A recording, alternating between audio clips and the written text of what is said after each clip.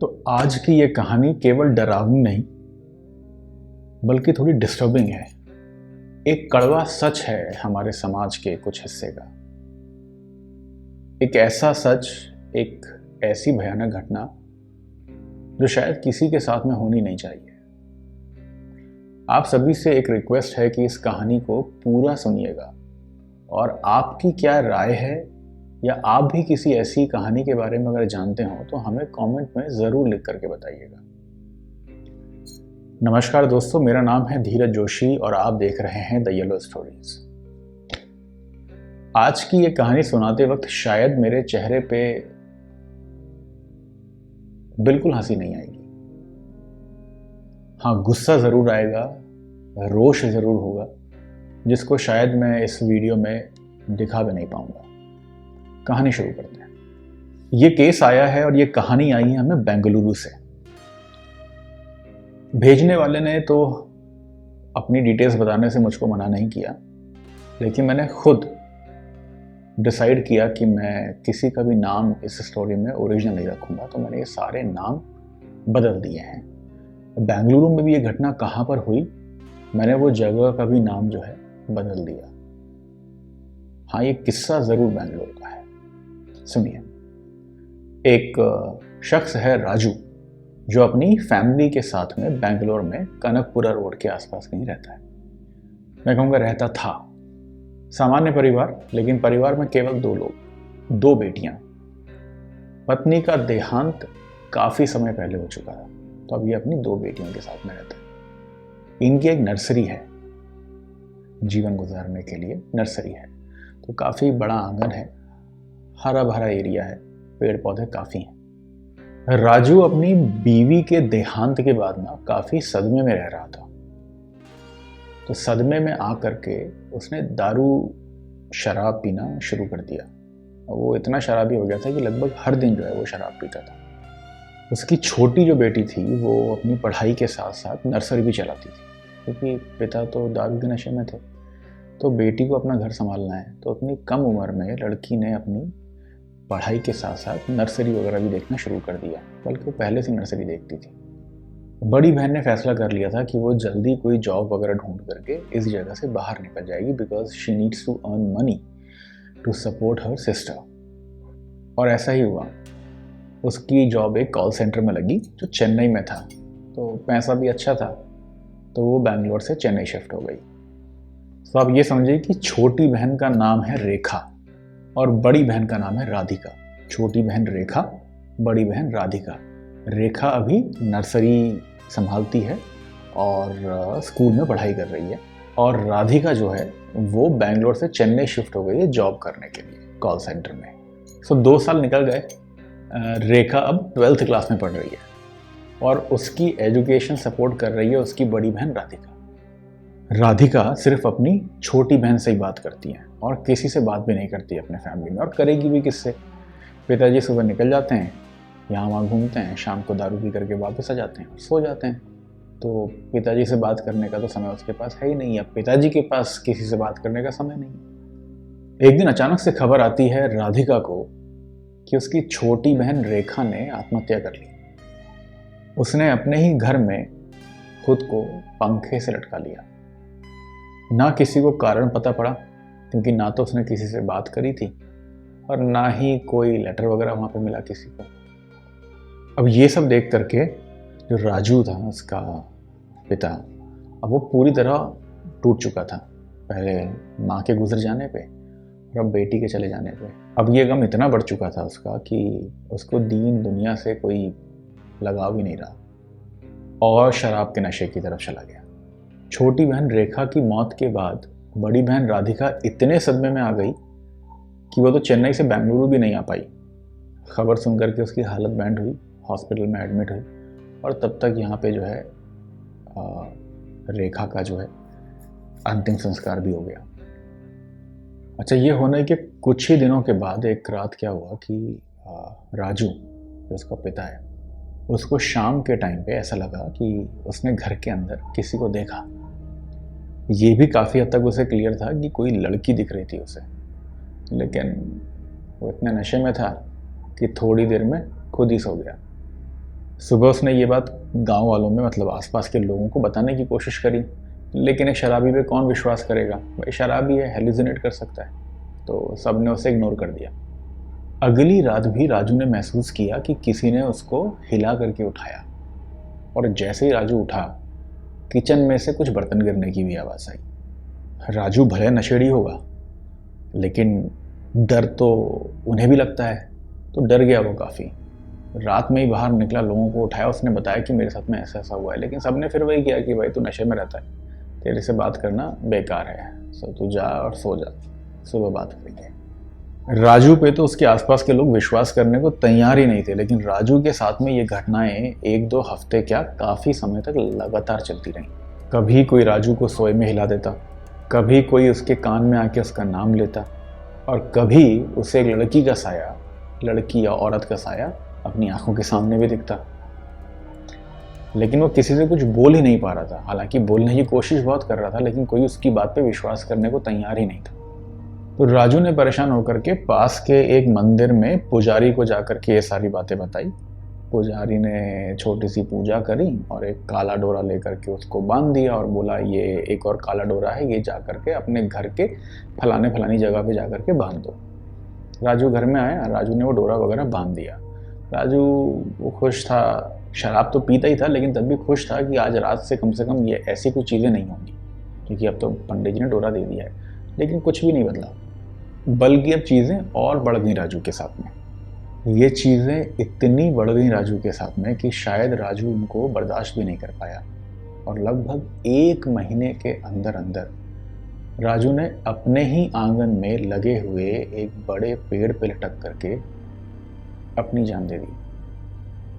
उसने भी आत्महत्या कर ली। अब सवाल तो अभी भी यही था कि राजू ने ऐसा क्यों किया? उसे दिखता कौन था? उसके साथ में ये सारी चीज़ें कौन कर रहा था? और सच में क्या ये आत्महत्या थी, या किसी ने किसी कारण से इसको मार दिया था? अच्छा, क्योंकि ये शराबी था और आसपास के लोगों ने रिपोर्ट दे दी थी पुलिस वालों को, इसलिए इसका कोई पोस्टमार्टम या फिर कोई ज़्यादा इस पर तहकीकात या कुछ भी नहीं हुआ, इसको आत्महत्या मान लिया गया। तो आपको पता है कि ये सारे जवाब हमको मिले कहाँ से? ये जवाब हमको भेजे खुद राधिका ने, राजू की बड़ी बेटी ने। अब सुनिए कि आगे क्या हुआ। पिता के मरने के बाद राधिका 2-2.5 सालों में पहली बार अपने घर पे आई। जब वो अपने घर के अंदर गई ना, तो उसको पापा के बेडिंग के नीचे, यानी पलंग के ऊपर मैट्रेस के बीच में बहुत सारे पन्ने मिले। एक खुला हुआ पेन भी नीचे पड़ा हुआ था पलंग के। तो होता क्या था कि क्योंकि राजू की बातों पे कोई भरोसा ही नहीं कर रहा था, तो राजू के साथ जो कुछ भी होता था ना, वो अगले दिन या उसी रात सारी चीजें किसी भी पन्ने में लिख करके अपने पलंग के नीचे छुपाता जाता था। और इन्हीं पन्नों के कारण राधिका को बहुत सारी बातें पता पड़ी, और राधिका ने ये सब कुछ हमसे शेयर किया। तो सबसे पहले तो thank you so much Radhika. अगर आप ये स्टोरी सुन रही हो तो आपको पता है कि मैंने तो आपका असली नाम यूज़ नहीं किया है, लेकिन आपको पता है कि ये कहानी आपके और आपके परिवार की है। तो first of all thank you so much for sharing this with us. आगे चलते हैं। तो राजू के साथ में, यानी कि राधिका के पिताजी के साथ में जो कुछ भी हो रहा था इतने समय से, वो वहाँ पे रुका नहीं था। अब राजू को फिजिकली हर्ट होना शुरू हो गया था, यानी कि वो जो भी उसको लड़की या औरत दिखती थी, वो जो भी आत्मा या एंटिटी थी, वो अब राजू को फिजिकली हर्ट कर रही थी। तो राजू ने अपने लेटर में लिखा था कि एक रात उसको ऐसा लगा जैसे किसी ने उसके कान में आकर के बोला किचन में आने के लिए। अब पलंग से किचन में जाने के लिए जैसे ही राजू पलंग से उतरा, तो उसके पाँव ना टूटे हुए कांच पे पड़े। नीचे पूरे कांच टूटे हुए थे। अब जैसे ही उसने अपने पाँव और अपना वजन रखा उन कांच के ऊपर, कांच गड़े, खून निकला, तो वो तिलमिलाया, चिल्लाया और नंगे पाँव, मतलब ऐसे ही खून भरे पाँव के साथ में घर से बाहर भागा। लोग भी इकट्ठा हुए, चिल्ला रहा था, रो रहा था। उसने लोगों को रोते हुए बताया कि मेरे को देखो, मैंने तो कोई बोतल नहीं फोड़ी है, कांच पड़े हुए थे, मेरे पाँव में बहुत तेज लग गई, मुझे खून निकल रहा है। लोगों ने देखा, इनफैक्ट लोगों ने क्या, जब उसने खुद नीचे होकर के देखा, मतलब अपनी आंखें नीचे गई, तो देखा कि पाँव में से कोई खून नहीं निकल रहा। और कोई कांच के टुकड़े नहीं है। इनफैक्ट वो सब घर के अंदर भी आकर के देख के गए, वहाँ पे कोई कांच के टुकड़े नहीं थे। घर के अंदर बदबू आ रही थी वही दारू की, बट कोई कांच के टुकड़े थे ही नहीं घर के अंदर। लोगों ने फिर वही कहा कि ये पागल हो गया है, अब इसका कुछ नहीं हो सकता, तो यहाँ से जाना ही ठीक है। और लोग उसको ऐसे ही अकेला छोड़ करके चले गए। अब राजू इतना परेशान हो चुका था, कोई भरोसा कर नहीं रहा था, चीज़ें उसके साथ में हो रही थी, कि उसने अगले दिन क्या किया, फैसला किया कि वो सोएगा ही नहीं। तो बिना सोए राजू ने अपने पलंग पर बैठ करके बस एक ही रट लगानी शुरू कर दी कि कौन हो और क्या चाहिए, कौन हो क्या चाहिए, क्यों मुझे परेशान कर रही हो, ये रिपीट करते रहा। और ये सब करते करते रो भी रहा था, परेशान था। तो उसकी आंख लग गई, सो गया। अब उसकी आंख सीधे खुलती है रात के 3 बजे। रात के 3 बजे उठ करके देखता है कि उसके बिल्कुल सामने एक औरत बैठी हुई है, और ये औरत और कोई नहीं थी, राजू की खुद की बीवी की आत्मा थी, या उसकी बीवी थी जो उसको दिख रही थी। तो राजू बहुत डर गया, क्योंकि उसको तो पता था उसकी वाइफ तो पहले ख़त्म हो चुकी है। मगर राजू और भी इसलिए डर गया क्योंकि इसकी बीवी का ना रूप बहुत अजीब सा था। सफ़ेद चेहरा, आंखें अंदर धसी हुई, बाल पूरे खुले हुए, गुस्से में लाल। राजू इतना डर गया कि राजू ने चिल्लाने की कोशिश करी, भागने की कोशिश करी, लेकिन चिल्ला नहीं पाया, क्योंकि उसको ऐसा लग रहा था कि किसी ने उसको चोक कर रखा है, मुंह बंद कर रखा है, गला दबा रखा है। और भाग इसलिए नहीं पाया क्योंकि हाथ पांव जाम हो गए थे।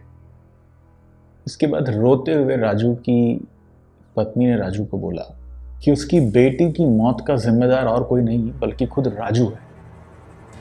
उसने बोला कि मैं खुद तुम्हें मारना चाहती हूँ, लेकिन मैं ऐसा कर नहीं सकती। इससे पहले कि राजू कुछ बोल पाता, उसकी पत्नी ने उसको बताया कि ना जाने कितनी रात शराब के नशे में तुमने उस छोटी बच्ची के साथ कितने गलत काम किए, उसे मारा, तकलीफ दी, और भी बहुत कुछ किया।